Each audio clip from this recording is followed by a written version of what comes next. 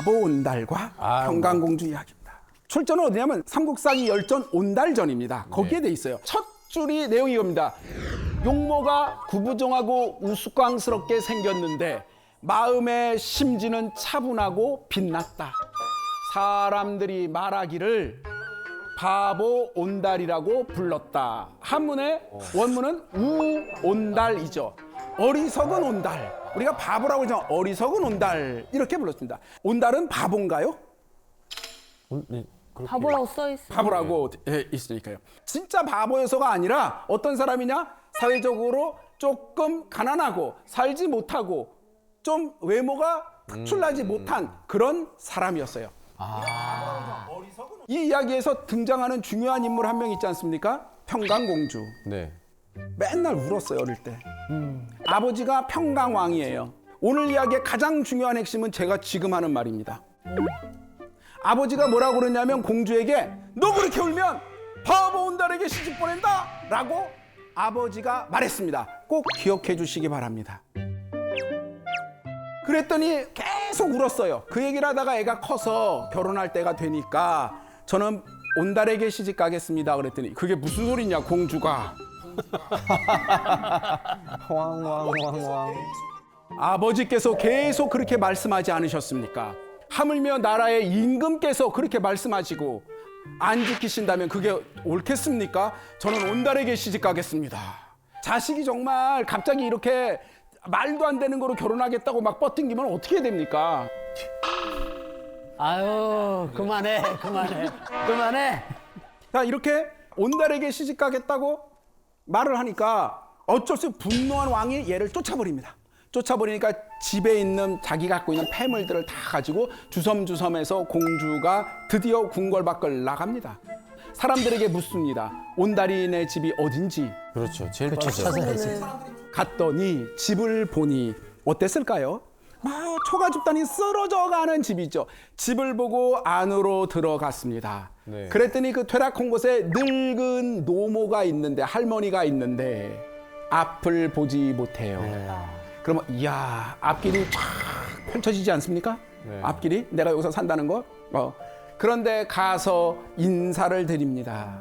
드리고 제가 이래서 왔습니다 라고 했더니 이 어머님이 말씀하십니다. 할머니가 손을 만지니 솜처럼 부드러운 것이니 귀한 집 사람인데 어느 몹쓸 사람들의 꿰매 빠져서 이곳에 온 것인가. 우리 아들은 배가 너무 고파 산에 가서 느릅나무 껍질을 벗기러 갔다네. 그러니 자네는 여기 있으면 안 되고 어서 가게. 아이고야. 이 어머님이 보통 분이 아닙니다. 어서 와라. 아이고 대박이다 이런 게 아니라 있을 수 없는 거라고 보내요. 이 공주님께서는 그 온달이 갔다는 산 기슭에 미리 가요. 가서 기다립니다. 와. 기다리다 보니까 웬 나무를 한 사람이 쭉 오는데 보니까 온달 같아. 가서 설명을 쫙 이렇게 하니까 온달이 생각해 보세요. 예쁜 여자가 귀한 옷을 입고 와서 어머 제가 뭐 어쩌고 저쩌고 이렇게 말하는데 좋겠어요? 안 좋겠어요? 너무 좋죠. 네, 당연히 좋죠. 너무 좋아. 네. 그런데 온달은 어떻게 했냐면 화를 벌컥 내면서 웬 어린 여자가 이런 이상한 요망스러운 짓을 하는 거니까 너는 여우 아니면 무슨 귀신이냐 절로 가라. 차근차근 설명합니다. 사람이 마음만 맞으면 되지 부귀한 다음에 같이 산다 그런 말씀은 하지 마세요 라고 해서 결국 같이 살게 됩니다.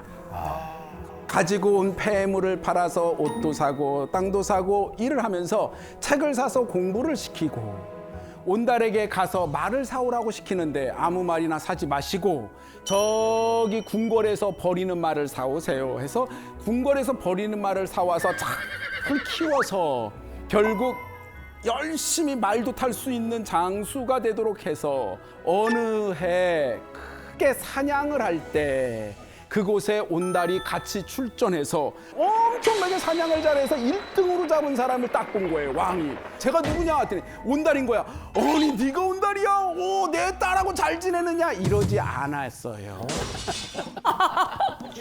충격적이야. 이렇게 절벽으로 떨어지듯이 스토리가. 그래서 1등을 했어요. 그 1등을 했다만 나와요. 그 다음에 외적이 침입해서 전쟁이 날 때 온달이 출전을 합니다. 출전해서 맨 앞에 선봉에 나가서 힘써 싸워서 큰 공을 이루어요. 오. 그리고 나자 비로소 왕이 너야말로 이제 진정한 내 사위다. 아, 인정해 주는 거예요. 그래서 비로소 벼슬을 주고 그를 인정했다. 그 다음에 되면 그 왕이 죽고 다음 왕이 되었습니다. 이때 신라가 너무 강성해져 한강 북쪽까지 고구려 땅을 침범했어 했을 때 온달이 자원에서 출전하면서 제가 이번에 출전하여 한강 이북에 우리 땅을 수복하지 않으면 절대로 돌아오지 않겠습니다 하고 출전해서 아주 크게 싸우다가 그 성에서 날아오는 활을 맞고 죽습니다. 죽고 나서 관을 움직이려고 하는데 관이 움직이지를 않는 거예요. 어떻게 해도 치를 수 없어서 연락을 했더니 공주가 그곳에서 막 달려옵니다. 공주가 달려와서 어루만지면서 죽고 사는 것이 이미 결정이 났으니 이제 돌아가십시다 라고 말하자 비로소 관이 움직였다. 그래서 장례를 치를 수 있었다 라고 되어 있습니다. 아름답다. 이제 아름답다. 비로소. 감동적입니다. 네. 자, 그럼 이제 평강공주 입장에서 한번 여쭤보겠습니다. 평강공주는 온달을 사랑했을까요? 아니 사랑했으면 너무 이상할 것 그러니까 안 사랑하면 그게 또 그러면 트레이너 아니에요? 트레이너? 안 사랑하면은 코치, 직업 코치라든지 직업 트레이너 아닙니까? 좋습니다. 아까 절대로 잊지 말라고 말씀드렸던 한 가지가 있죠. 너 이렇게 계속 울면 바보 온달한테 시집 보낸다. 누가요? 왕이요. 그럼 묻겠습니다. 이제 온달은 어떤 사람이냐 하면요. 나라 전체가 함부로 대하는 이 세상에서 가장 약자 중에 약자. 그 누구도 편들어주지 않는 그런 존재가 온달이었습니다.